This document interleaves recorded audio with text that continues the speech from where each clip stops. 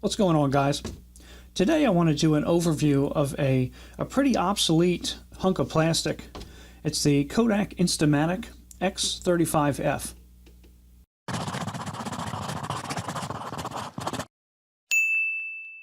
Hey guys, for this overview I wanted to do something a little bit different, and that's where the Instamatic comes in, because it's definitely different. These guys took a 126 film, which is no longer made, but you can still use these. As long as you have a 126 cartridge, you can adapt the 35mm over. I did a video on how to do that, and I'll leave a link in the description. And because of all the extra work it takes to get these things running again with converting film over and all that jazz, I think people don't want to go through the effort, and these things kind of got laid by the wayside. Now I think the Instamatics are kind of like the Home Alone of film cameras. It's that kid that everybody forgot about. Nobody really cared to go back and take a look. Now what's unique about the 35F is it has auto exposure. When you pull down your shutter lever, you can see on the inside of the lens that little discs are spinning by. Your eye is opening up to gauge the light, and then it's going to go ahead and choose a corresponding disc or your aperture to match the light. And this is going to be based on 100 speed film, I think. I've used 200 with it. It works, just as well.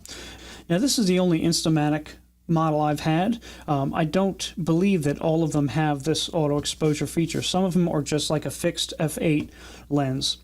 The shutter speed on this thing is 45th of a second and 90th of a second, depending on whether you have flash connected or not. And that's up top here.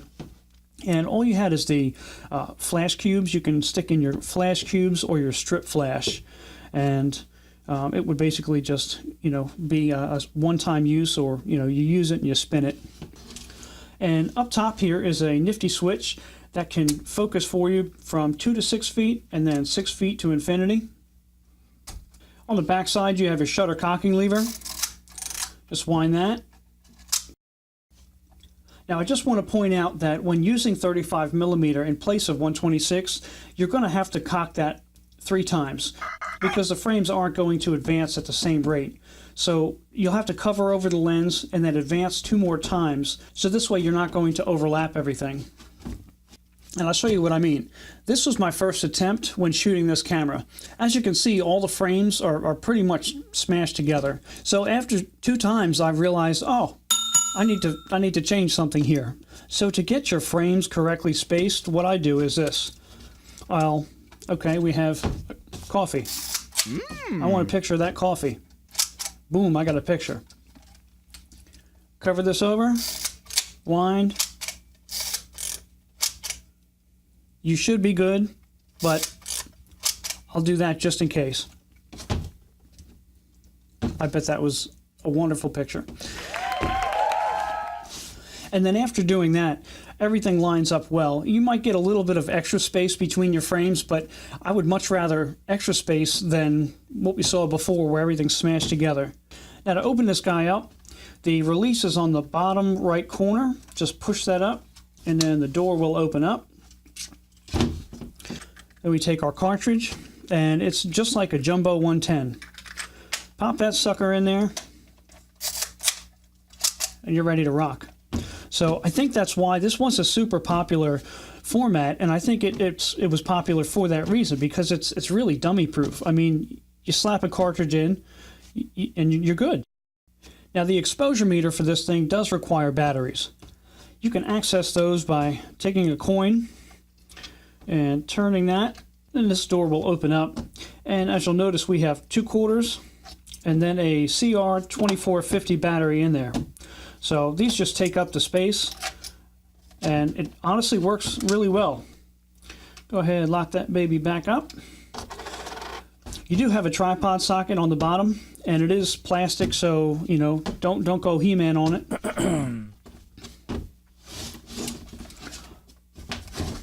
And that pretty much covers all the doohickeys and dials. And I just want to point out that you may want to run some electrical tape along the back seams of the door. Sometimes I'll just run it here, along the bottom side, and then here along the door. And also, cover over this back side. I'll throw some color film in the cartridge, and I'm probably only going to get a couple shots because I'll load the equivalent of what 12 exposures would be, and I usually only end up, by the time I extra advancing, I might get, you know, 6 to 8. So this isn't going to be a very extensive walk around, but it'll give you an idea of what everything looks like. So I'll do that and then be back afterwards.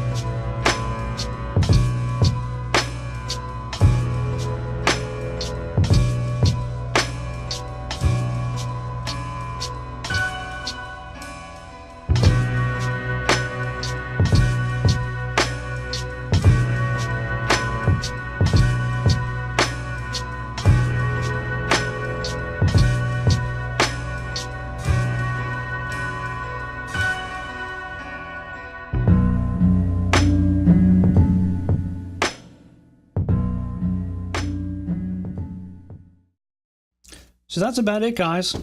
As you may have noticed on some of those shots, there's a pretty heavy vignetting around the edges. And that's because on 126 film, it had a backing, and with 35 millimeter, obviously we don't.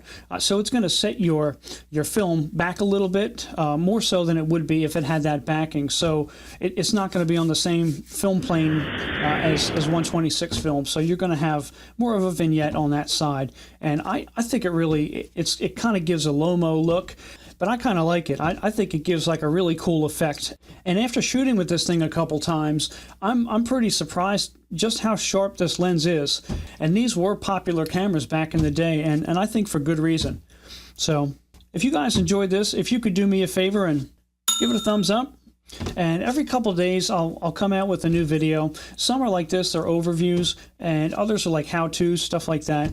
And I almost forgot. The development info and any kind of helpful stuff or links or whatever I could find on this camera, I'll go ahead, I'll put that down in the description, so this way you guys have that as well. So until next time, we'll see you. You've got spam. Yeah, I've got spam. I just messed up. Taken, tooks, takes, whatever.